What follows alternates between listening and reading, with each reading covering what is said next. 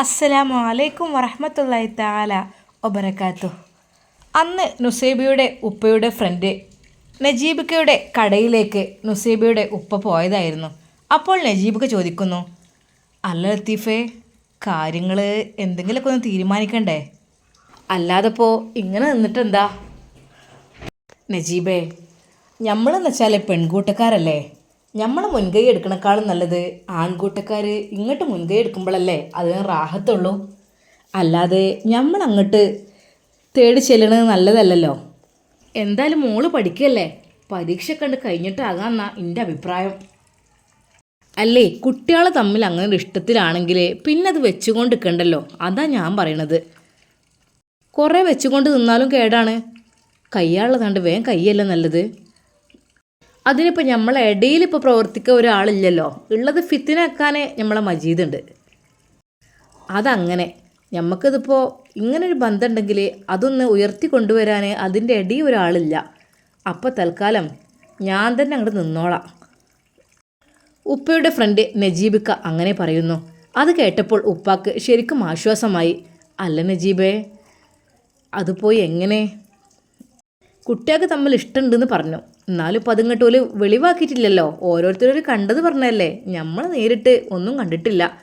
പിന്നെ ചെക്കനെ ഇജ്ജ് കണ്ട് എനിക്ക് നല്ലോണം ഇഷ്ടപ്പെട്ടു എന്നും പറഞ്ഞു. ഓലിപ്പോൾ ഇത് നേരിട്ട് വീട്ടിലെങ്ങാനും പറഞ്ഞാൽ ആ പെൺകുട്ടിനെ എല്ലാവരും തെറ്റിദ്ധരിക്കും എന്നുള്ള പേടിലായിരിക്കും മടിച്ച് നിൽക്കുന്നത്. അല്ലാതെ എപ്പോഴോ പറയാനൊക്കെ ആഗ്രഹം ഉണ്ടാവും. എന്തായാലും നമുക്ക് 2 ദിവസം കൂടി കാക്കല്ലേ നജീബേ. എൻ്റെ കുട്ടീൻ്റെ പരീക്ഷ എടുത്തുക്കണേ, അതും കൂടി കഴിഞ്ഞാൽ പിന്നെ റാഹത്തായിരുന്നു. പൊന്നാരൻ്റെ ലത്തീഫേ, ഇനിയും ഇതിനെ ഈ എതിര് നിൽക്കല്ലേ, കൈയാണണ്ട് കഴിഞ്ഞോട്ടെ, അതല്ല നല്ലത്. എന്നാൽ പിന്നെ റാഹത്തായില്ലേ, എന്നാൽ പിന്നെ പേടിക്കണ്ടല്ലോ. പിന്നെ അതും ഇതും ആൾക്കാർ പറഞ്ഞ് നടക്കൂല. നജീബേ, അങ്ങനെയാണെന്ന് വെച്ചാൽ അങ്ങനെ ആയിക്കോട്ടെ. അതിനിപ്പോൾ നമ്മളെ മുൻകൈ എടുത്ത് ചെയ്യണമൊന്നും ശരിയല്ല. എന്തായാലും നമുക്ക് ഇൻഷാ അല്ലാ കാത്തിക്കല്ലേ. ഉപ്പയുടെ മനസ്സിൽ ഇപ്പോൾ ആ പഴയ ബേജാറില്ല. കാരണം ഒന്നുമല്ല, നജീബിക പറഞ്ഞ പ്രകാരം തൻ്റെ മോള് നല്ലൊരു ചെക്കനെയാണ് കണ്ടുപിടിച്ചിരിക്കുന്നത്. അത്രക്കും ദീനിയായ നല്ലൊരു കുട്ടി. അത് കിട്ടിയാൽ ഭാഗ്യമാണെന്ന് നജീബ് പറഞ്ഞപ്പോൾ ഉപ്പയുടെ മനസ്സിന് വല്ലാത്തൊരു ആശ്വാസമായിരുന്നു. ഷമ്മാസിൻ്റെ മനസ്സിലും ഇതിനെക്കുറിച്ചുള്ള ചിന്തകളിങ്ങനെ നീറിപ്പുകയുകയാണ്. പടച്ചോനെ, ഇനി എങ്ങനെ ഇത് പറയും? ഞാനായിട്ട് തന്നെ മുൻകൈ എടുക്കേണ്ടി വരുതും, അല്ലാതെ വേറെ ആരും ഇതിനെ ഇറങ്ങില്ലല്ലോ. പിന്നെ അതുമല്ല, എൻ്റെ ഉപ്പയുണ്ടെങ്കിൽ ഉപ്പ ഇതിനിറങ്ങി പുറപ്പെടും. ഉപ്പയോടൊന്ന് പറഞ്ഞിരുന്നെങ്കിൽ, പക്ഷേ എനിക്ക് ഉപ്പയില്ല. പിന്നെ നവാസ്ക എന്ന് വെച്ചാൽ അദ്ദേഹത്തിൻ്റെ ജീവിതത്തിൽ തന്നെ 100 കൂട്ടം പ്രശ്നങ്ങളാണ്. ഫസീലത്ത തെറ്റിപ്പോയതും കൊച്ചിനെ ഇവിടെ ഒറ്റക്കാക്കി പോയതും അതെല്ലാം കൂടി അതിന് ടെൻഷൻ. ഇത്തിയുടെ സ്വഭാവം വെച്ച് നോക്കുകയാണെങ്കിൽ ഇക്കെ സമ്മതിക്കണം, ഒരാണും ഇങ്ങനെ വെച്ചുകൊണ്ട് നിൽക്കില്ല. പിന്നെ ഫൈസൽക്കയോട് പറയുന്നൊന്നും പറയാതിരിക്കുന്നോ നല്ലതാണ്. എൻ്റെ നേർക്ക് ചീറിയെടുക്കും. ഫൈസലിനോട് കൂടുതലായിട്ട് ഒന്നും പറയാൻ പറ്റില്ല, പെട്ടെന്നാണ് ദേഷ്യം വരിക. പിന്നെയെന്ന് വെച്ചാൽ ഉമ്മയുടെ വാക്കുകളൊന്നും സ്വീകരിക്കാതെ, ഉമ്മയുടെ വാക്കുകൾക്കൊന്നും അനുസരിക്കാതെ സ്വന്തം ഇഷ്ടത്തിന് തീരുമാനം എടുക്കുന്ന ആൾ ഫൈസലായതുകൊണ്ട് തന്നെ അദ്ദേഹത്തിനോട് ചോദിക്കാനും എനിക്ക് തോന്നുന്നില്ല. പിന്നെ ഇപ്പോൾ എൻ്റെ കാര്യത്തിൽ ആരാണ് മുൻകൈ എടുക്കുക? എനിക്കൊന്നും അറിയുന്നില്ല. എന്തായാലും പള്ളിയിൽ ഉസ്താദിനോട് ഒന്ന് കാര്യങ്ങളൊക്കെ ഒന്ന് പറയണം. പള്ളിയിൽ ഉസ്താദ് എന്ന് വെച്ചാൽ അത്രക്കും എന്നോടൊരു ഫ്രണ്ട്ഷിപ്പാണ്, അത്രക്കും ഫ്രണ്ട്ലിയാണ് ഞങ്ങൾ.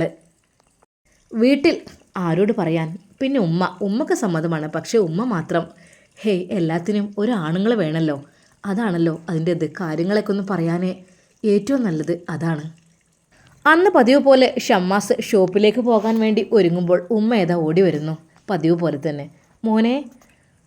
എന്താ ഉമ്മ, ചായക്ക് നീ കുടിച്ചില്ലേ എത്ര പെട്ടെന്ന്? ഉമ്മ, എല്ലാം ഞാൻ കുടിച്ചു. മോനെ, ഞാൻ ഒരു സീരിയസ് ആയിട്ടൊരു കാര്യം പറയാണ്. എന്താ ഉമ്മ? അത് മോനെ, എൻ്റെ മോൻ്റെ കാര്യത്തിൽ ഇപ്പോഴും ഒരു തീരുമാനമായിട്ടില്ല. പിന്നെ എനിക്ക് സത്യം പറഞ്ഞാൽ പേടിയാകണം. ഉപ്പുണ്ടെങ്കിൽ എനിക്ക് ബേജാറില്ലായിരുന്നു എൻ്റെ കുട്ടീൻ്റെ കാര്യം ഒന്ന് നോക്കാൻ. പിന്നെ എൻ്റെ ജ്യേഷ്ഠന്മാർ, അവരെക്കുറിച്ച് പിന്നെ പറയണ്ടല്ലോ. എനിക്കാണ് പിന്നെ കൂടുതൽ ധൃതിയുള്ളത്. എനിക്കാണെങ്കിൽ ആണുങ്ങളെപ്പോലെ മുന്നിലേക്ക് ഇറങ്ങാനും പറ്റില്ലല്ലോ. നവാസിനോട് പറഞ്ഞാൽ കുഴപ്പമൊന്നുമില്ല, ഓന് ഉഷാറാണ്. പക്ഷേ ഓൻ്റെ വൈഫ് എല്ലാത്തിനും എതിർക്കുന്ന ആളാണ്. പിന്നെ അതുമല്ല, നിനക്കൊരു കല്യാണം എന്നൊക്കെ പറയുമ്പോഴേ അതവൾ സമ്മതിക്കുമെന്ന് എനിക്ക് തോന്നുന്നില്ല. ഫൈസലിൻ്റെ സ്ഥിതി പിന്നെ എനിക്കറിയാലോ. ഓനോട് പറഞ്ഞാൽ അതിലേറെ. മോനെ എങ്ങനെങ്കിലൊക്കെ അതൊന്ന് സെറ്റാക്കി കിട്ടണം. എന്താണ് എൻ്റെ കുട്ടീൻ്റെ മനസ്സിലുള്ളത്, ആരാണ് എന്ന് വെച്ചാൽ ആരോടെങ്കിലും ഒരു അറിവുള്ളവരോടൊക്കെ ഒന്ന് തുറന്ന് പറഞ്ഞാലേ അതിനെക്കുറിച്ചൊന്ന് അന്വേഷിച്ച് നമുക്കൊന്ന് കണ്ടെത്തേനോ. എന്നാൽ പറ്റുകയാണെങ്കിൽ ഹയറാണെങ്കിൽ നമുക്ക് നടത്താലോ പെട്ടെന്ന്. ഇനിയും നീട്ടിട്ടുണ്ടല്ലോ. ഉമ്മയുടെ മനസ്സിൽ ഉള്ളത് തന്നെയായിരുന്നു ഷമ്മാസിൻ്റെയും മനസ്സിൽ.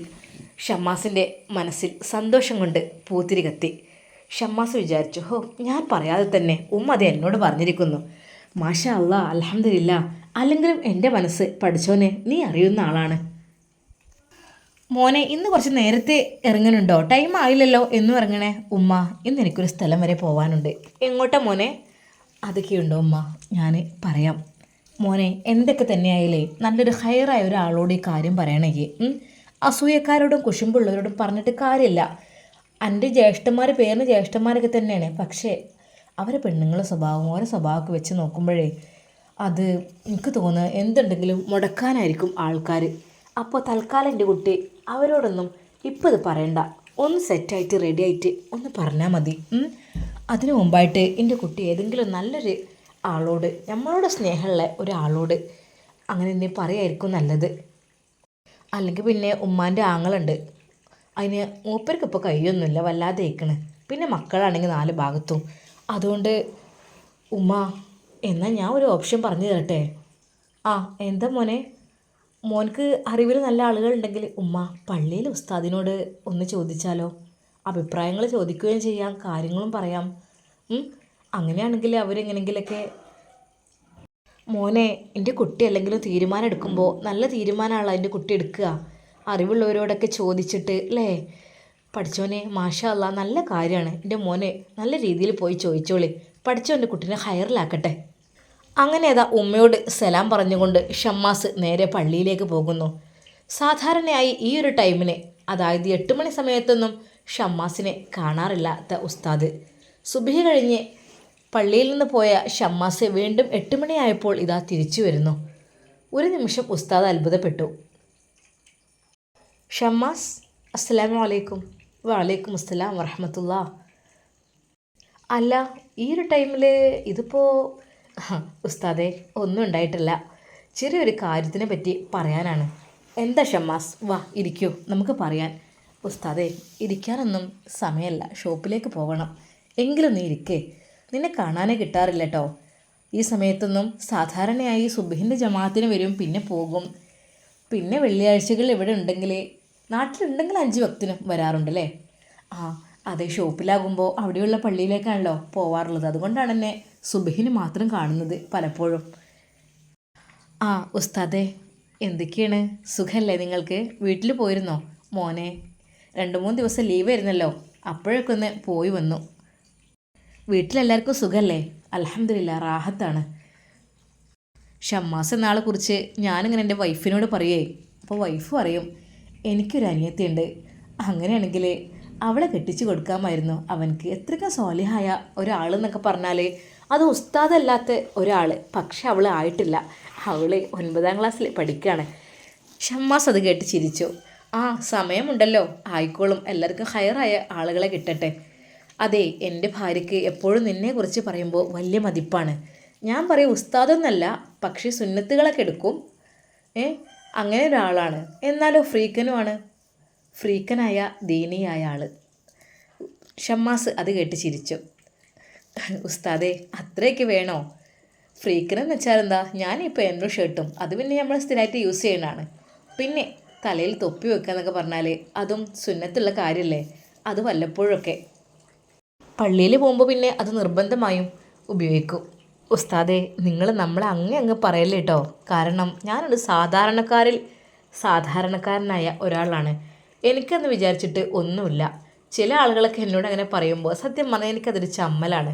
അതെന്താ, നമ്മളെല്ലാവരും ഒരുപോലെ തന്നെയല്ലേ, അല്ലാതെ എന്നിൽ പ്രത്യേകിച്ചെന്താ? ഉസ്താദേ നിങ്ങൾ പറയുമ്പോൾ എനിക്ക് സത്യം പറഞ്ഞാൽ നാണം വരികയാണ്. അങ്ങനെയൊന്നും പറയരുത് കേട്ടോ. വീട്ടിലൊന്നും പോയി മോനെ നല്ലത് കണ്ടാൽ ഞാനത് ആരോടും പറയും. അത് എനിക്ക് എൻ്റെ ഭാര്യയോട് പറയുമ്പോൾ കൂടുതൽ സംതൃപ്തിയാണ്, നല്ല കാര്യങ്ങളൊക്കെ.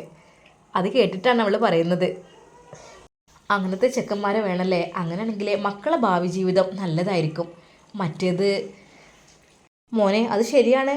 ഇപ്പോഴത്തെ കാലത്തൊക്കെ പെണ്ണ് കിട്ടുക എന്നൊക്കെ പറഞ്ഞാലേ പെൺകുട്ടികളെ ഒരുപാട് പ്രതീക്ഷകളോടെ ആകാംക്ഷയോടെ ആയിരിക്കും ദാമ്പത്യ ജീവിതത്തിലേക്ക് കാലെടുത്ത് വെക്കുന്നത്. പക്ഷേ അവൾ പ്രതീക്ഷിച്ച രീതിയിലുള്ള ഒരു ഭർത്താവായിരിക്കില്ല അവൾക്കുണ്ടാകുക. അതെ, നിസ്കരിക്കാതെ കിടക്കുന്നവരും ഒരുപാട് നേരം വൈകി വരുന്നവരും രാത്രി മുഴുവൻ മൊബൈൽ ഫോൺ യൂസ് ചെയ്യുന്നവരും ഭാര്യയോട് ഒന്നും മിണ്ടുകയോ പറയുകയോ ഒന്നും ചെയ്യാതെ അവരവരുടേതായ ലോകത്ത്, ഫോണിൻ്റെ ലോകത്ത് എപ്പോഴും വരുന്നത് ഫ്രണ്ട്സുകളുടെ കൂടെ ചുറ്റിക്കറങ്ങി ഒരുപാട് ടൈമായിട്ട്. ശരിക്കും പറഞ്ഞാൽ ഏറെ പ്രതീക്ഷയോടെ ആകാംക്ഷയോടെ കാത്തിരിക്കുന്ന ഈ ഒരു പെണ്ണ് അവനെത്തുമ്പോഴേക്കും ഉറങ്ങിയിട്ടുണ്ടാകും. പിന്നെന്താ അവളെ ജീവിതം? അങ്ങനെയൊക്കെയുള്ള ജീവിതങ്ങളാണ് ഇപ്പോൾ പല പെൺകുട്ടികൾക്കും ഉള്ളത്. അപ്പോൾ എല്ലാ പെൺകുട്ടികളും കൊതിക്കുന്നതും സ്വാലിഹായ ഭർത്താക്കന്മാരാണ്. പ്രത്യേകിച്ച് നിന്നെപ്പോലെ ഫ്രീക്കനായ സ്വാലിഹായ ഭർത്താവാണെങ്കിലോ ഓഹ് അടിപൊളിയായിരിക്കും ജീവിതം. അവരുടെ ഇഷ്ടങ്ങൾക്കനുസരിച്ചൊക്കെ നിൽക്കും ചെയ്യുക. എന്നാലോ ഗ്ലാമറിനൊരു കുറവുമില്ല, എന്നാൽ തെറ്റായ രീതിയിലേക്കൊന്നും പോകുകയില്ല. അങ്ങനെ ഉസ്താദെ വേണ്ട പ്ലീസ്, അങ്ങനെയൊന്നും ഞാൻ ഒരിക്കലും അല്ല. എൻ്റെ ഭാഗത്ത് ഒരുപാട് തെറ്റുകുറ്റങ്ങളുണ്ട്. ആരും അറിയാതെ ഞാൻ ചെയ്യുന്ന രഹസ്യമായുള്ള തെറ്റുകൾ എനിക്കുണ്ട്. അതെന്താടാ രഹസ്യമായി അറിയണ തെറ്റ്? അതുസ്താദെ ഒന്നുമല്ല, ഞാൻ നിങ്ങളോട് അതിനെക്കുറിച്ച് പറയാൻ തന്നെയാണ് ഞാൻ വന്നത്. എന്താ മോനെ പറയൂ. ഇത്രയ്ക്കും നല്ല നല്ല കാര്യങ്ങളൊക്കെ ചെയ്യുന്ന നീയെ എന്ത് തെറ്റാണ് ചെയ്യുന്നത്? അത് തെറ്റ് എന്ന് പറയാനേ എനിക്ക് ഉസ്താദേ, എൻ്റെ മനസ്സിൻ്റെ ഉള്ളിൽ ഒരു പെണ്ണുണ്ട്. ഞാനത് ഉസ്താദിനോട് പറഞ്ഞിട്ടുണ്ടോ എന്നെനിക്ക് ശരിക്കും ഓർമ്മയില്ല. ആ, നീ പറഞ്ഞതായിട്ട് എനിക്ക് ചെറിയൊരു ഓർമ്മയുണ്ട്. ആ പെണ്ണ്, അവളെ എനിക്ക് സ്വന്തമാക്കണം. ഷമ്മാസ്, നിങ്ങൾ പറയുന്നത് എവിടെയുള്ള പെണ്ണാണ്, എങ്ങനെയുള്ളതാണ്? അതൊക്കെ നിങ്ങൾ അന്വേഷിച്ചതാണോ? നിങ്ങൾക്ക് പറ്റിയ സ്വാലിഹായ ഹയറായ പെൺകുട്ടിയാണോ? അതിനെക്കുറിച്ചൊന്ന് പറഞ്ഞാൽ ഉസ്താദെ, ഞാൻ എൻ്റെ കണ്ണുകൾ കൊണ്ട് കണ്ടതിൽ വെച്ച് ഏറ്റവും മനോഹരമായത് അത് ആ പെൺകുട്ടിയാണ്. അപ്പോൾ നീ എന്ന് പറഞ്ഞില്ലേ നിനക്ക് ഹിജാബ് ധരിച്ചുകൊണ്ട് നടക്കുന്ന പെൺകുട്ടിയൊക്കെയാണ് ഇഷ്ടമെന്ന്. അപ്പോൾ നീ കണ്ടതിൽ വെച്ചെന്ന് പറയുമ്പോൾ ഏറ്റവും മനോഹരമായ പെൺകുട്ടിയെ നീ കണ്ടോ? ഉസ്താദെ, അതായിരുന്നു എൻ്റെ മനോഹാരിത. ഒരവൃത്തും കാണിക്കാതെ നല്ല രീതിയിൽ നടക്കുന്ന പെൺകുട്ടി. അവളുടെ മുഖം ഒരു അന്യപുരുഷനും കണ്ടിരിക്കരുത്. അവളെന്ന് പറഞ്ഞാൽ അത്രക്കും ഹിജാബിനുള്ളിൽ മനോഹരിയായ ഒരു പെൺകുട്ടിയാണ്. പക്ഷേ ഉസ്താദെ, എനിക്കവളെ ഒരിക്കൽ കാണണമെന്ന് അതിയായ ആഗ്രഹം. അവളുടെ ഫ്രണ്ടിനോട് ഞാനത് പറഞ്ഞു. അവളുടെ മുഖമൊന്ന് കണ്ടിരുന്നെങ്കിൽ എന്ന് ഞാൻ ഒരുപാട് ആഗ്രഹിച്ചു. എന്നിട്ട് ഷമ്മാസ് പറയൂ. അതെ, അത്രക്കും ഹിജാബ് ധരിച്ച് അത്രക്കും വിശുദ്ധയായി നടന്ന ആ പെൺകുട്ടിയെ ഒരു ദിവസം ഞാൻ എൻ്റെ നഗ്നനേത്രങ്ങൾ കൊണ്ട് കണ്ടു. ഷമ്മാസ്, അതെങ്ങനെ, എവിടെ വെച്ച്? ഉസ്താദെ, എൻ്റെ മൊബൈൽ ഷോപ്പിൽ വെച്ച്. അതെ, അവളുടെ ഫ്രണ്ട് ഇടയ്ക്കിടെ വരാറുണ്ട്. പക്ഷേ അവൾ ഒരിക്കലും മുന്നിലേക്ക് വരാറില്ല. അവൾ നാണം കുണുങ്ങിക്കൊണ്ട് പിന്നിലാണ് നിൽക്കാറുള്ളത്. അവൾ ഹിജാബ് ധരിച്ച ഒരു പെൺകുട്ടിയാണ്. എല്ലാവരുടെയും ഇടയിലും ഒരുപാട് ഫാഷൻ വസ്ത്രങ്ങൾ ധരിച്ചു വരുന്ന ഒരുപാട് സുന്ദരികൾ ഉള്ള കോളേജാണ് എൻ്റെ ഷോപ്പിൻ്റെ ഫ്രണ്ടിലുള്ളത്. പക്ഷേ ഒരിക്കലും ഒരാളെയും ഞാൻ തെറ്റായ രീതിയിൽ കണ്ടിട്ടില്ല. എന്നാൽ അതിനിടയ്ക്ക് കണ്ട ആ ഒരു ഹിജാബ് ധരിച്ച പെൺകുട്ടി, അവൾ എൻ്റെ മനസ്സിലേക്ക് വല്ലാതെ അങ്ങ് പതിഞ്ഞു. ആദ്യമൊക്കെ ഞാൻ ആകാംക്ഷയോടെയായിരുന്നു അവളെ നോക്കിയിരുന്നത്. ഇത്രക്കും വലിയൊരു ക്യാമ്പസിൽ, ഇത്രക്കും ഫാഷൻ്റെ ലോകത്ത് ജീവിക്കുന്ന ക്യാമ്പസിൽ ഒരു പെൺകുട്ടി മാത്രം ഹിജാബ് ധരിച്ചുകൊണ്ട്, ഹേയ് അതെങ്ങനെ, അത്ഭുതം തോന്നുന്നു. അന്ന് ഞാൻ ആകാംക്ഷയോടെ നോക്കി. പക്ഷേ പിറ്റേ ദിവസം മുതൽ ഞാൻ പ്രതീക്ഷയോടെയാണ് അവളെ നോക്കിക്കണ്ടത്. എന്നാൽ ഒരിക്കൽ അവൾ എൻ്റെ മുമ്പിൽ വന്ന് ബസ് ഇറങ്ങിയപ്പോൾ അവളുടെ ആ മനോഹരമായ മിഴികൾ ഞാൻ ശരിക്കും കണ്ടു. അതെൻ്റെ ഹൃദയത്തിൽ വല്ലാതങ്ങ് പതിഞ്ഞു ഉസ്താദേ. സത്യം പറഞ്ഞാൽ എനിക്ക് അവളെ വല്ലാണ്ട് ഇഷ്ടപ്പെട്ടു. അവളെ തന്നെ വിവാഹം കഴിക്കണം എന്നുള്ളൊരാഗ്രഹം. പക്ഷേ പിന്നീടാണ് ഞാൻ ആ ഒരു കഥ അറിഞ്ഞത്. അവളുടെ വിവാഹം കഴിഞ്ഞതാണ്. അതറിഞ്ഞപ്പോൾ ഉസ്താദെ ഞാൻ ഒരുപാട് സങ്കടപ്പെട്ടു. ഞാൻ വിചാരിച്ചു, പടച്ച റബ്ബേ, ഈ ദുനിയാവിൽ ഒരു പെണ്ണിൻ്റെ മുഖത്തേക്കും ഒരു പെണ്ണിൻ്റെ കണ്ണിലേക്കും ഞാൻ അങ്ങനെ നോക്കിയിട്ടില്ല. എനിക്ക് അത്രക്കും ഇഷ്ടപ്പെട്ടത് കൊണ്ട് മാത്രം അവളെ ഞാൻ കണ്ടു. പക്ഷേ മറ്റൊരുത്തൻ്റെ ഭാര്യയാണെന്നറിഞ്ഞപ്പോൾ എൻ്റെ ഹൃദയം പൊട്ടിപ്പോയി ഉസ്താദേ. ഞാൻ പടച്ചവനോട് ദുആ ചെയ്തു, അല്ലാ അവൾക്ക് നല്ല ജീവിതം കൊടുക്ക്, പക്ഷേ എനിക്ക് അവളെ മറക്കാൻ കഴിയുന്നില്ല എന്നൊക്കെ. പിന്നീടാണ് ഒരിക്കൽ ആ ഒരു അത്ഭുതം നടന്നത്. എന്താണ് ഷമ്മാസ്? അതെ, അവളുടെ സാറെന്നോട് പറഞ്ഞു, ആ കുട്ടി ഡൈവേഴ്സാണ്, ആ കുട്ടി വിഷമിക്കുന്ന കുട്ടിയാണ്, ആ കുട്ടിക്ക് ഒരുപാട് ബുദ്ധിമുട്ടുകളുണ്ട് എന്നൊക്കെ. ആ ഒരു നിമിഷം ഉസ്താദെ ഞാൻ അള്ളാഹുവിനെ ഒരുപാട് സ്തുതിച്ചു. അൽഹംദുലില്ലാ അൽഹംദുലില്ലാ ഹംദൻ കസീറൻ ത്വയ്യിബൻ മുബാറക്കൻ എന്ന് പറഞ്ഞ്. സത്യം, ഉസ്താദിൻ്റെ കണ്ണുകൾ അത് കേട്ട് വിടർന്നു. ഷമ്മാസ്, അപ്പോൾ നീ വിജയിച്ചല്ലോ. ഡൈവേഴ്സ് ആണെങ്കിൽ പിന്നെന്താ, നിനക്ക് അത് കുഴപ്പമുണ്ടോ? ഒരു കല്യാണം കഴിഞ്ഞതാകുമ്പോൾ നിനക്ക് കുഴപ്പമുണ്ടോ? ഉസ്താദെ, ഒരിക്കലുമില്ല. ഇനി അവൾക്ക് 2 or 3 കുട്ടികളുണ്ടെങ്കിലും അവളെ ഞാൻ സ്വീകരിക്കാൻ തയ്യാറാണ്. അത്രക്കും അവളെ ഞാൻ എന്നിലേക്ക് ആകർഷിച്ചിരുന്നു. സത്യമായിട്ടും ഒരിക്കൽ ഞാൻ പറഞ്ഞല്ലോ, അവളുടെ ആ മനോഹരമായ മുഖം ഞാൻ കണ്ടു. ഒരു വട്ടമെങ്കിലും എനിക്ക് കാണാനുള്ള ആഗ്രഹം കൊണ്ട്. അത് കണ്ടപ്പോൾ ഞാൻ ശരിക്കും അത്ഭുതപ്പെട്ടു. പടച്ചോനെ, ഇത്രക്കും മനോഹരിയായ ഒരു പെണ്ണാണോ ഞാൻ സ്നേഹിച്ച എൻ്റെ ഹിജാബി എന്ന് പറഞ്ഞ്. ഇപ്പോഴതാ എനിക്കതിനോട് കൂടുതലായിട്ട് താല്പര്യം തോന്നി തുടങ്ങിയിരിക്കുന്നു. എങ്ങനെയൊക്കെയോ സംഭവം അവളുടെ വീട്ടിലെത്തിയിരിക്കുന്നു. പക്ഷെ അവർക്കൊക്കെ സമ്മതമാണ് എന്നൊക്കെയാണ് പറഞ്ഞു കേട്ടത്. ഞാൻ ഒരുപാട് വിഷമിച്ചിരുന്നു. അവൾക്ക് ചീത്ത കേൾക്കുമോ, അടി കിട്ടുമോ, അവളെ ഇനി സ്കൂളിലേക്ക് വിടില്ലേ എന്നൊക്കെ ഭയന്ന്. പക്ഷേ അവർ അത്രക്കും നല്ല ആളുകളാണെന്ന് തോന്നുന്നു. ഇനിയിപ്പോൾ ഉസ്താദെ, എനിക്ക് വേണ്ടത് അവരുടെ വീട്ടുകാരോടൊന്ന് സംസാരിക്കണം. നിങ്ങളുടെ പൊന്നുമോളെ ഞാൻ കല്യാണം കഴിക്കട്ടെ എന്നുള്ള കാര്യം എനിക്കൊന്ന് സംസാരിക്കണം. പക്ഷേ ഉസ്താദെ, എനിക്കിപ്പോൾ അതിനെ പറയാൻ പറ്റിയ ഒരാളില്ല. ഷമ്മാസ്, ആളില്ലെന്നോ? നിനക്ക് ഇത്ര വലിയ കുടുംബമായിട്ടും? ഉസ്താദെ, ഒക്കെ ശരിയാണ്. പക്ഷേ എൻ്റെ ഉപ്പയുണ്ടായിരുന്നെങ്കിൽ, ആ ഖബറിൽ കിടക്കുന്ന എൻ്റെ ഉപ്പയുണ്ടായിരുന്നെങ്കിൽ. ഷമ്മാസ് സങ്കടത്തോടെ അതാ കരയുന്നു. ആ ഖബറുകളിലേക്ക് നോക്കി ഷമ്മാസ് സങ്കടപ്പെട്ടു.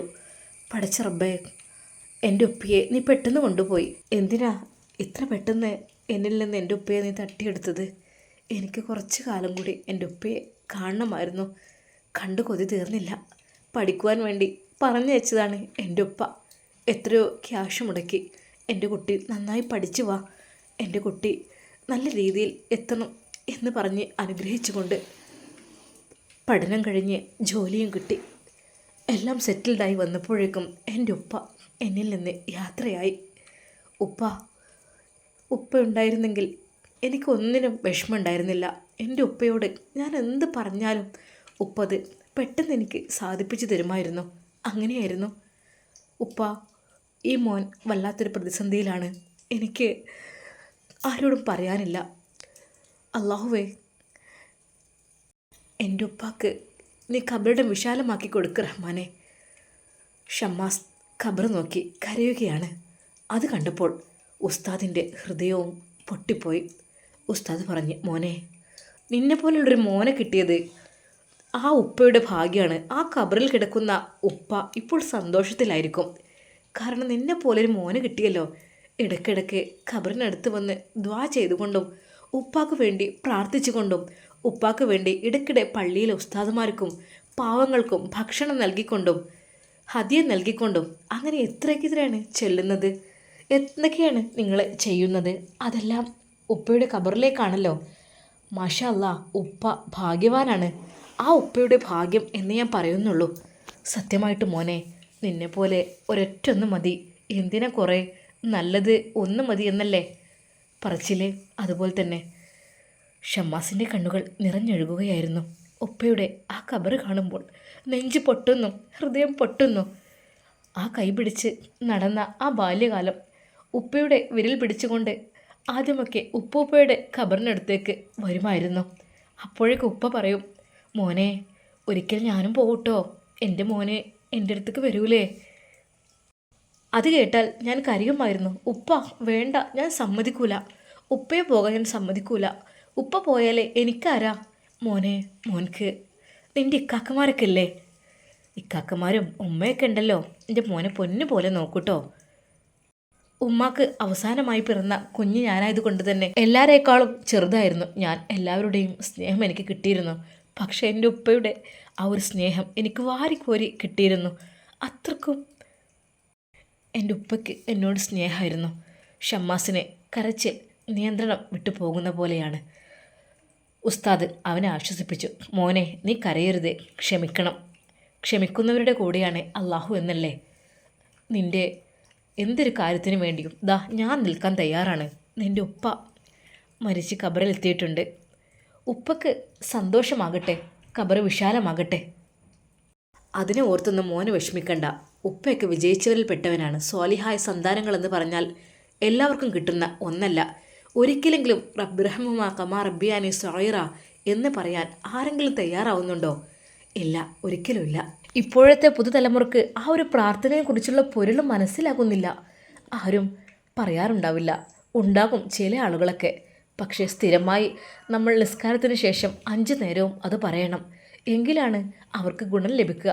അള്ളാഹുവെ, ചെറുപ്പത്തിൽ എൻ്റെ മാതാപിതാക്കൾ എന്നെ പോറ്റി വളർത്തിയതുപോലെ അവർക്കും നീ അനുഗ്രഹം ചൊരിയണേ എന്നൊക്കെ പറയുമ്പോൾ അത് അള്ളാഹു സ്വീകരിക്കുന്ന പ്രാർത്ഥനയാണ്. പക്ഷേ ഈ തലമുറയൊക്കെ ആര് പ്രാർത്ഥിക്കാൻ? ഷമ്മാസ്, നിങ്ങളുടെ മാതാപിതാക്കളെ ഭാഗ്യവാന്മാരാണ്. സത്യമായിട്ടും നിന്നെപ്പോലെ ഒരു മകനെ കിട്ടിയല്ലോ. ഷമ്മാസ്, ഉപ്പ ഇല്ലെന്ന് കരുതി ഒരിക്കലും നീ വിഷമിക്കരുത്. ഉപ്പയുടെ സ്ഥാനത്ത് നിന്ന് ഇതാ ഞാൻ ഉണ്ടാകും എല്ലാത്തിനും. എന്നെ വിളിച്ചാൽ ഞാൻ വരും. എന്ത് വിഷമങ്ങൾ ദുഃഖമുണ്ടെങ്കിലും എന്നോട് പറയാം. ഷമ്മാസിന് വിതുമ്പൽ അടക്കാനാകുന്നില്ല. ഉപ്പയുടെ ആ ഖബർ കാണുമ്പോൾ ഉപ്പ പറഞ്ഞ ഓരോ കാര്യങ്ങളും ഓർക്കുകയാണ്. പക്ഷേ അതൊന്നും ഞാൻ ജോലി കിട്ടി ഇറങ്ങിയതൊന്നും എൻ്റെ ഉപ്പാക്ക് കാണാൻ കഴിഞ്ഞില്ല. എന്നെ പഠിക്കാൻ വിട്ടു, അതുമാത്രം. പിന്നെ എല്ലാം പെട്ടെന്നായിരുന്നു. ഉപ്പ പോയതിൽ പിന്നെ ഞാൻ അനാഥമായി. അതെ, എനിക്ക് ആരുടെ അടുത്ത് നിന്നും സ്നേഹം കിട്ടിയില്ല. ഉമ്മാക്ക് വിളിക്കുമ്പോൾ മാത്രം, അല്ലാതെ ആരും എന്നെ ശ്രദ്ധിച്ചത് പോലുമില്ല. എങ്കിലും എൻ്റെ മലേഷ്യയിലെ ഫ്രണ്ട്സ്, എനിക്ക് ഒരുപാട് നല്ല നല്ല ഫ്രണ്ട്സിനെ കിട്ടി. ദീനിയായ എൻ്റെ ഉപ്പ പറഞ്ഞു തന്നതുപോലെ തന്നെ നല്ല നല്ല കാര്യങ്ങളൊക്കെ ഞാൻ ചെയ്തു. ഒരിക്കൽ നാട്ടിൽ നിന്ന് ഒരു ഫോണിൻ്റെ വെള്ളടി കേട്ടപ്പോൾ സന്തോഷത്തോടു കൂടി ഞാനത് എടുത്തു നോക്കിയതാണ്. അപ്പോഴാണ് പറഞ്ഞത്, ഷമ്മാസേ, നിൻ്റെ ഉപ്പ പോയി. ആ ഒരു വാർത്ത കേട്ടപ്പോൾ എൻ്റെ ഹൃദയം പൊട്ടിപ്പോയി. എനിക്ക് പിന്നെ ഒന്നും ഓർമ്മയില്ലായിരുന്നു. ഇത്ര പെട്ടെന്ന് എന്നെ ഉപേക്ഷിച്ച് എന്തിനാ പോയതുപ്പ? പോകുകയാണെങ്കിൽ ഈ മോനെ കൂടെ കൊണ്ടുപോകാമായിരുന്നില്ലേ? സ്നേഹിച്ച് കൊതി തീർന്നിട്ടില്ല. അതിനു മുമ്പേ പോയി എന്നെ വിട്ട്. മക്കൾക്ക് വേണ്ടി ഒരുപാട് കഷ്ടപ്പെട്ടു. വെയിലെന്നോ മഴയെന്നോ വകവെക്കാതെ മക്കളെല്ലാം നല്ല രീതിയിൽ എത്തിക്കാണണം എന്ന് ആഗ്രഹിച്ചതാണ് എൻ്റെ ഉപ്പ.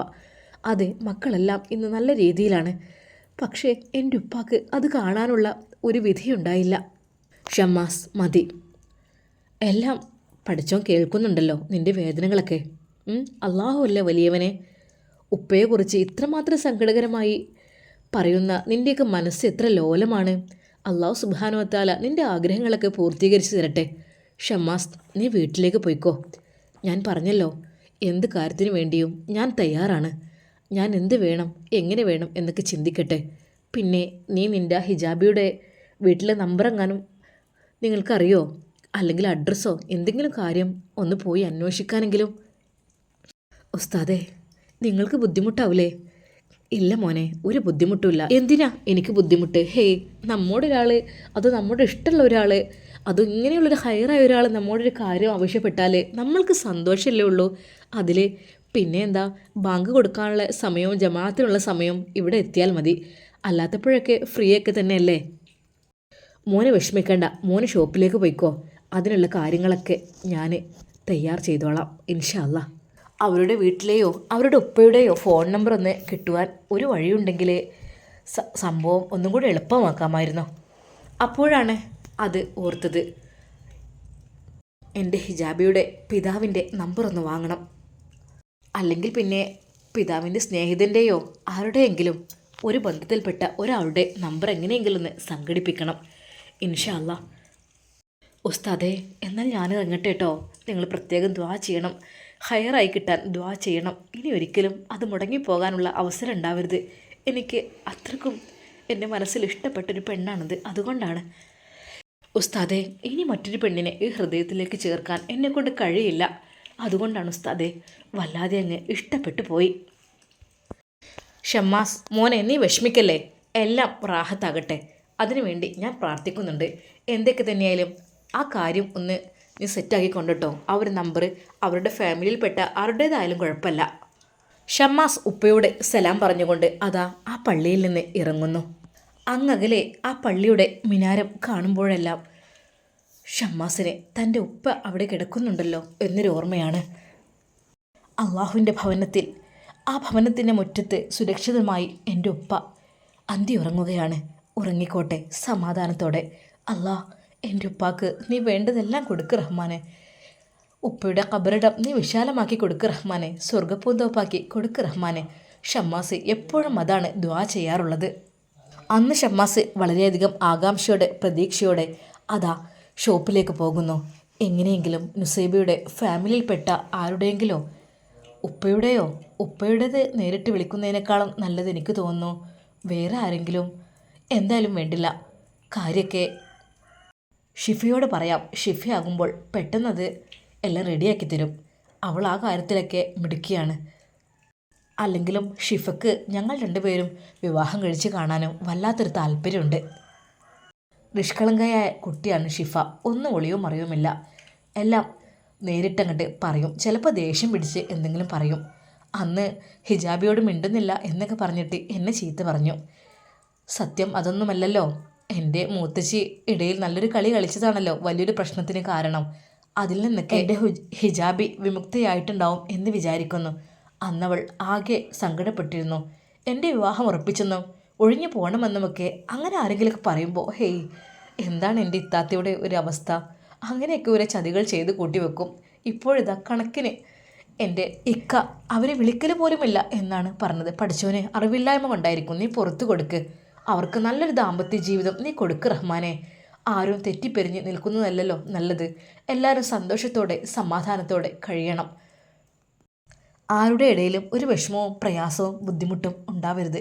പഠിച്ച റബ്ബേ, അവർക്ക് നീ നന്മ കൊടുക്ക് റഹ്മാനെ. ഇത്താത്തയുടെ തെറ്റുകളെല്ലാം നീ പുറത്തു കൊടുക്ക് റഹ്മാനെ. അന്ന് ആകാംക്ഷയോടെ പ്രതീക്ഷയോടെ അതാ ഷമ്മാസ് ഷോപ്പിലേക്ക് വരുന്നു. പോകുന്നതിനിടയിൽ ഷമ്മാസ് അതിനെക്കുറിച്ച് ഓർത്തു. തലേ ദിവസം വന്ന ആ കാക്ക, അയാൾ പറഞ്ഞത് അട്ടപ്പാടിയിൽ ഒരു മൊബൈൽ ഷോപ്പ് എന്നൊക്കെ. അതിനെക്കുറിച്ച് ഇപ്പോൾ ചിന്തിക്കണോ വേണ്ടയോ എന്നൊക്കെ എനിക്ക് തോന്നാണ്. ഇനിയിപ്പോൾ ഈ ഷോപ്പും പിന്നെ മറ്റൊരു ഷോപ്പും അതിനിടയ്ക്ക് അവിടെയും എല്ലാം കൂടി മാനേജ് ചെയ്യാനൊക്കെ ബുദ്ധിമുട്ടാണ്. പണിക്കാരെയൊക്കെ വെച്ചാലും അത് ഇടയ്ക്കൊന്ന് മാനേജ് ചെയ്യാൻ പോകണമല്ലോ. അതില്ല ഞാനിപ്പോൾ അദ്ദേഹം പറയുന്നുണ്ട് ക്യാഷൊക്കെ ഞാൻ ഇറക്കുന്നൊക്കെ. പക്ഷേ നമ്മൾ പാർട്ട്ണറായി ഉണ്ടാകുമ്പോഴേ പകുതി ഇറക്കാഞ്ഞാലും പറ്റില്ല. എന്താണ് പഠിച്ചോനെ ഹയറായ തീരുമാനം നീ കൊണ്ടാ. അദ്ദേഹം കുറച്ച് പ്രായമായ ആളായതുകൊണ്ട് തന്നെ ഒന്നും എതിര് പറയാനും തോന്നുന്നില്ല. പെട്ടെന്ന് എല്ലാം ഞാൻ സമ്മതിച്ചു. നമ്മുടെ ഉപ്പയുടെ സ്ഥാനത്ത് കണ്ടാൽ മതിയല്ലോ. പാവല്ലേ. ഷമ്മാസിന് ഹുസൈനാജിയെക്കുറിച്ച് ഒന്നും അറിയില്ല. അദ്ദേഹത്തിൻ്റെ സ്വഭാവ രീതികളും കാര്യങ്ങളും താൻ സ്നേഹിച്ച തൻ്റെ ഹിജാബിയാണ് അയാൾ കണ്ണുവച്ചിരിക്കുന്നത് എന്നൊന്നും പാവം ഷമ്മാസിന് അറിയുന്നില്ല. ഹുസൈനാജിയെ അവൻ കണ്ണടച്ചങ്ങ് വിശ്വസിച്ചിരിക്കുകയാണ്. ഇക്ക ഇന്ന് വരുമോ എന്താണാവോ. എന്തായാലും ഷോപ്പിലെത്തട്ടെ. കൃത്യം ആ ഒരു സമയമായപ്പോഴേക്കും ഷമ്മാസ് അതാ ഷോപ്പിലെത്തുന്നു. കാരണം പള്ളിയിൽ പോയി കുറച്ച് സമയം, എന്നാലധികമായിട്ടില്ല, കുറച്ച് നേരത്തെ ഇറങ്ങിയത് കൊണ്ട് തന്നെ. പതിവ് പോലെ തൻ്റെ ഹിജാബി വരുന്ന ആ ഒരു ബസ്സും കാത്ത് അതാ ഷമ്മാസ് നിൽക്കുന്നു. അവളുടെ മനോഹരമായ മിഴികൾ അതൊന്ന് കാണണം. അത് കണ്ടില്ലെങ്കിൽ വല്ലാത്തൊരു പ്രയാസമാണ്. അത് കണ്ടാലോ മനസ്സ് നിറഞ്ഞു. ശരിയാണ്, ഹറാമാണ്, തെറ്റാണ് എന്നൊക്കെ അറിയാം. പക്ഷേ എങ്കിലും പഠിച്ചോനെ, ഞാൻ നിക്കാഹ് കഴിക്കാൻ പോണ പെണ്ണാണല്ലോ, ഞാൻ ഒന്നുകൂടി കണ്ടോട്ടെ എന്ന് പഠിച്ചവനോട് പറയും. അള്ളാഹുവേ, എന്തൊക്കെ തന്നെയായാലും നീ എനിക്ക് അത് ഹലാലാക്കി തരണേ റഹ്മാനെ. ഷമ്മാസ് അള്ളാഹുവിനോട് ദുആ ചെയ്തു. പ്രതീക്ഷയോടെ ആകാംക്ഷയോടെ തൻ്റെ ഹിജാബി വരുന്നതും കാത്ത് അതാ ഷമ്മാസ് നിൽക്കുന്നു. പതിവ് പോലെ കൃത്യമായ സമയത്ത് അതാ ബസ് ഇറങ്ങുന്നു. മാഷാ അല്ലാ, ആ ഒരു കണ്ണുകൾക്ക് പഴയതിനേക്കാൾ ഒന്നുകൂടി മൊഞ്ചു കൂടിയോ എന്നൊരു സംശയം. ഹിജാബി ഷമ്മാസിൻ്റെ മുഖത്തേക്ക് നോക്കി മനോഹരമായി ഒന്ന് പുഞ്ചിരിച്ചു. അതെ, ആ പുഞ്ചിരി കാണുന്നത് അവളുടെ കണ്ണുകളിലൂടെയാണ് ഷമ്മാസ്. ഷമ്മാസും തിരിച്ച് നല്ലൊരു ചിരി കൊടുത്തു. എന്നാൽ ഇതെല്ലാം മറ്റൊരുത്തൻ നോക്കിക്കാണുന്നുണ്ടായിരുന്നു. അതെ, അവരുടെ ബന്ധം ഒരിക്കലും ഇഷ്ടമില്ലാത്ത അവരുടെ കൊടിയ ശത്രു മജീദിൻ്റെ ബുദ്ധിയാണത്. ആ സമയത്ത് വന്നാൽ അവർ രണ്ടുപേരും ചിരിക്കുന്നതും സംസാരിക്കുന്നതും കാണാൻ കഴിയും എന്നുള്ള രീതിയിൽ അത്രക്കും കറക്റ്റ് സമയത്ത് കൊണ്ടുവന്നത് അത് മജീദാണ്. അപ്പോഴേക്കും അതാ ഷോപ്പിലേക്ക് ഷിഫ കടന്നു വരുന്നു. ഷിഫയെ കണ്ടതും ഷമ്മാസ് എഴുന്നേറ്റ് നിന്നു ചിരിച്ചു. ആ ഷമ്മാസ് സുഖല്ലേ എന്നൊക്കെ അവൾ ചോദിച്ചു. അതും അവർ ശരിക്കും കാണുന്നുണ്ടായിരുന്നു. അപ്പോഴേക്കും അതാ ഹിജാബി ഷിഫയെ വിളിക്കുന്നു. ഡി മൊബൈൽ ഷോപ്പിലേക്കൊന്ന് കയറി വാ. ഹിജാബി അതാ ഷോപ്പിലേക്ക് കടന്നു വരുന്നു. അതിൽ ഷിഫയോട് അവൻ എന്തോ ചോദിക്കുന്നുണ്ട്. അതെ, അവിടുത്തെ അഡ്രസ്സിൻ്റെയോ ഫോൺ നമ്പറിൻ്റെയോ എന്തോ ഒരു കാര്യമാണ്. ഹിജാബിയോട് ചോദിച്ചപ്പോൾ എടി നിൻ്റെ ഉപ്പാൻ്റെ നമ്പർ കൊടുക്കല്ലേ നല്ലത്. വേണ്ടടി, എൻ്റെ എളാപ്പാൻ്റെ കൊടുക്കുക, അതായിരിക്കും നല്ലത്. എനിക്ക് മടിയാനടി, അത് നേരിട്ട് നമ്മളെങ്ങനെ കൊടുത്തുന്നിട്ട് അറിഞ്ഞാലേ അതല്ലടി എന്തെങ്കിലുമൊക്കെ അന്വേഷണത്തിന് വേണ്ടിയായിരിക്കും. എടി എന്നാൽ എളാപ്പാൻ്റെ നമ്പർ കൊടുക്കുക, അതായിരിക്കും നല്ലത്. കാരണം നേരിട്ട് ഉപ്പയെ അതെനിക്ക് നാണം തോന്നുകയാണ്. അങ്ങനെ അതാ ഹിജാബി അവളുടെ എളാപ്പയുടെ നമ്പർ ഷിഫയുടെ കയ്യിൽ കൊടുക്കുന്നു. ഷിഫ അത് ഷമ്മാസിനെ കൈമാറുന്നു. ഷമ്മാസിൻ്റെ മനസ്സിൽ വല്ലാത്തൊരു ആശ്വാസം. പടച്ച റബ്ബേ, കിട്ടി, പ്രധാനപ്പെട്ട ഒരു കണ്ണി കിട്ടി. ഇനിയിപ്പോൾ ഇതിലൂടെ അങ്ങ് വിളിച്ചാൽ ഉസ്താദിന് കൊടുക്കാതെ എന്നൊരു ഉസ്താദൊക്കെ റെഡിയാക്കിക്കോളും കാര്യങ്ങളൊക്കെ ഇൻഷാ അല്ലാ. ഷമ്മാസിന് വല്ലാത്തൊരു സന്തോഷം. ഹിജാബിയും ഷിഫയും ആ ഷോപ്പിൽ നിന്ന് ഇറങ്ങിപ്പോകുന്നത് അവർ രണ്ടുപേരും ശരിക്ക് കണ്ട്. കുറച്ച് കഴിഞ്ഞപ്പോഴതാ മജീദേ, ഇത് കൈവിട്ട് കളിയാണല്ലോ. നമ്മൾ വിചാരിച്ചതൊന്നൊക്കെ വിട്ടക്കണിട്ടത്, ഇത് പിടുത്തം വിട്ടക്കണ കുട്ടിയെ, ഇത് ഇനി പിടിച്ചാൽ കിട്ടൂല. ഓൻ അങ്ങനെ അങ്ങോട്ട് സുഖിക്കണ്ട. ആജീരെ, നിങ്ങളൊന്ന് സബൂറാകി, എല്ലാത്തിനും വഴിയുണ്ടാവുമല്ലോ. വരി നമുക്ക് ഷോപ്പിലേക്ക് ഒന്ന് പോയി നോക്കുക. അവരൊന്നും അറിയാത്ത പോലെ അതാ ഷോപ്പിലേക്ക് കയറി ചെല്ലുന്നു. ആ ഇക്കാക്ക വന്നോ? ഇരിക്കേ.